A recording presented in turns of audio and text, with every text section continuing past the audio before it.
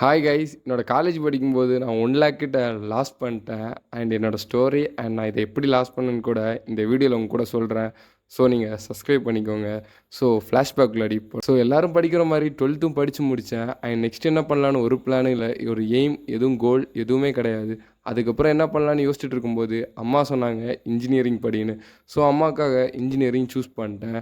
And then எனக்கு அப்போ இருந்த ஒன்றே ஒன்று, ஊரில் படிக்கக்கூடாது, வெளியூரில் போய் படிக்கணும்னு. ஸோ சென்னையில் வந்தேன், காலேஜ் ஜாயின் பண்ணேன். அண்ட் காலேஜ் ஜாயின் பண்ணும்போது ஏதோ காலேஜ் மாதிரி எனக்கு தெரில. காலேஜ்னு நம்ம படத்துலலாம் பார்த்துருப்போம், பங்க் அடிக்கிறது, கல்ச்சுரல்ஸு அது இதுன்னு. பட் எங்கள் காலேஜ் டோட்டலி டிஃப்ரென்ஸ். எப்படி இருந்துச்சுன்னா ஒரு ஸ்கூல் மாதிரி இருந்துச்சு. நீ டக்கின் பண்ணி டை போட்டு ஷூ போட்டு ஷேவ் பண்ணி இதை மாதிரி ரூல்ஸ் எல்லாம் இருந்துச்சு. ஆனால் எனக்கு ஒன்றே ஒன்று கஷ்டமாக இருந்துச்சுன்னா, எனக்கு ஃபஸ்ட்டு செம் மட்டும் ஏதோ ஒரு வருஷம் மாதிரி போச்சு. அதுக்கப்புறம் என்னோடய காலேஜ் டேஸ் வந்து ராக்கெட் மாதிரி போச்சு. ஸோ இதெல்லாம் எதுக்கு சொல்கிறேன்னு நான் கேட்குறீங்க. இதுதான் ஸ்டோரியோட ஸ்டார்டிங். என்னோடய ட்ரேடிங் கரியர் எப்படி ஸ்டார்ட் ஆச்சுன்னு உங்க கூட நான் சொல்கிறேன். வெயிட். நான் ஃபஸ்ட் செம்மில் வர எதுவுமே பண்ணல. அண்ட் ஃபஸ்ட் செம் வந்து எனக்கு காலேஜ் அடாப்ட் ஆகிறதுக்கு, என் ஃப்ரெண்ட்ஸ் செட் ஆகிறதுக்கு எனக்கு ஃபஸ்ட் செம்மே ஆயிடுச்சு.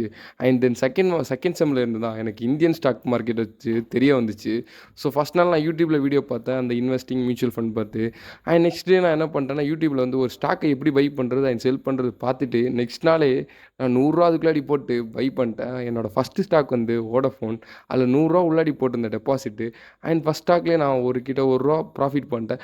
அண்ட் ப்ராஃபிட் பண்ணிட்டு நான் என்னடா ஒரு நாள்லேயே ₹1 ப்ராஃபிட் பண்ணிட்டேன்னு சொல்லி சந்தோஷமாக இருக்கும்போது, அதை செல் பண்ணும்போது நம்ம ப்ரோக்கரேஜில் வந்து பேலன்ஸ்னு ஒன்று காட்டும். என்னடா செல் பண்ணிட்டேன், என் அக்கௌண்ட் வந்து ₹1 ப்ராஃபிட்டில் தானே இருக்கணும், ₹101.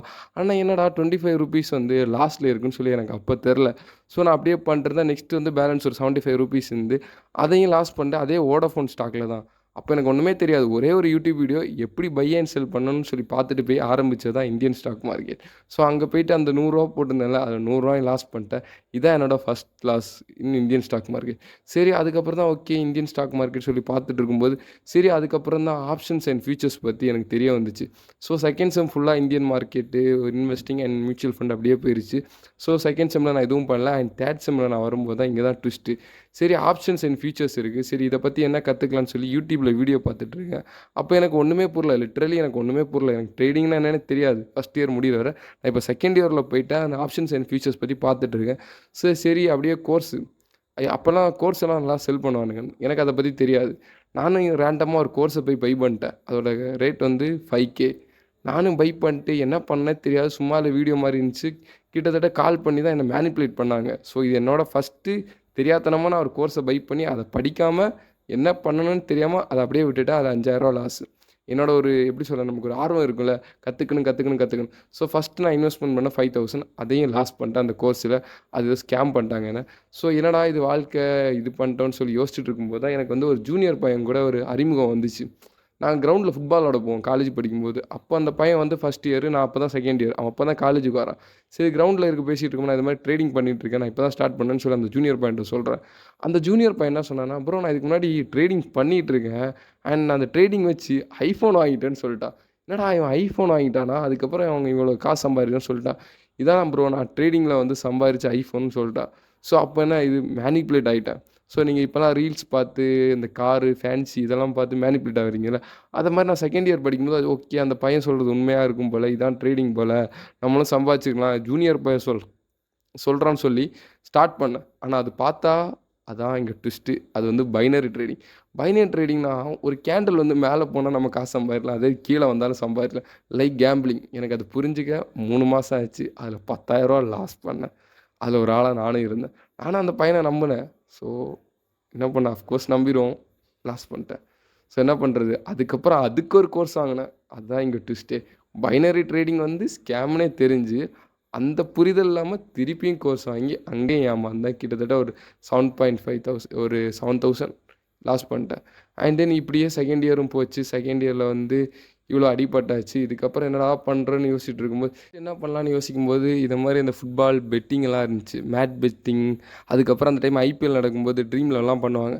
சரி நம்ம தான் ட்ரேடிங் பண்ணிகிட்டு இருக்கோமே, சைடில் அந்த கேம்பிளிங் தானே நம்ம பண்ணிகிட்டு இருந்தேன். ஸோ ட்ரேடிங் பற்றி எனக்கு ப்ராப்பர் நாலேஜ் கிடைக்கல. 2024 வரை 2024 அதுக்கப்புறம் பெட்டிங் பண்ணேன். அந்த இது ஃபுட்பால் கேம்ஸில் பெட்டிங் பண்ணேன்.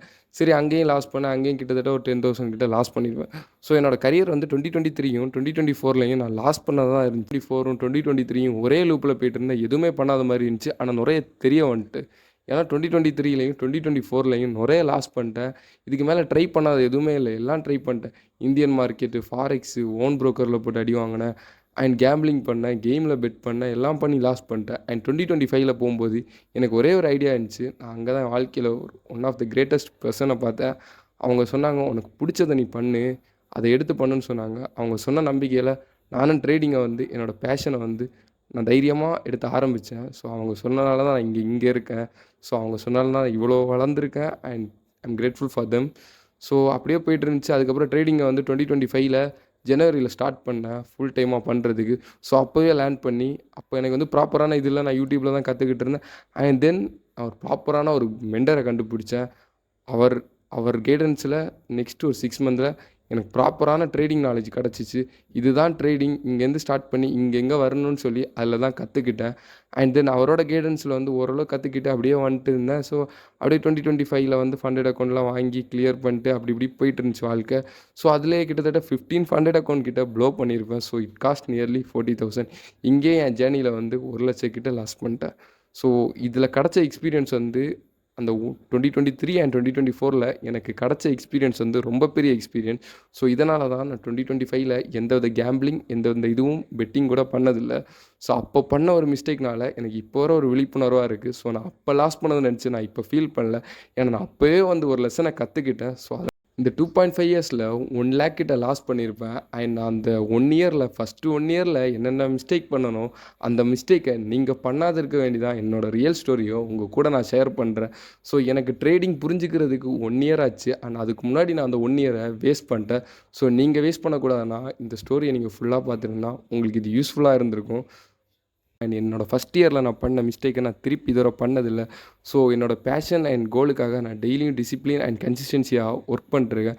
ஸோ நீங்களும் உங்கள் கோல் இருந்துச்சுன்னா அதுக்காக ஒர்க் பண்ணுங்கள். ஸோ 2 முக்கியமான விஷயம், டிசிப்ளின் அண்ட் கன்சிஸ்டன்சி. இந்த 2 இருந்தால் வாழ்க்கையில் எப்படியா இருந்தாலும் எந்த கஷ்டப்பட்டாலும் கூட நீங்களும் ஒரு நாள் ஜெயிக்கலாம். நான் 2025ல் ஆரம்பித்த ட்ரேடிங் ஸ்டில் 2026 வரை நான் பண்ணிகிட்டு இருக்கேன். அண்ட் இதுக்கு ஒரே ஒரு ரீசன், எனக்கு ப்ராப்பரான ஒரு கைடன்ஸ் அண்ட் ப்ராப்பரான ஒரு மெண்டர் கிடச்சிச்சு.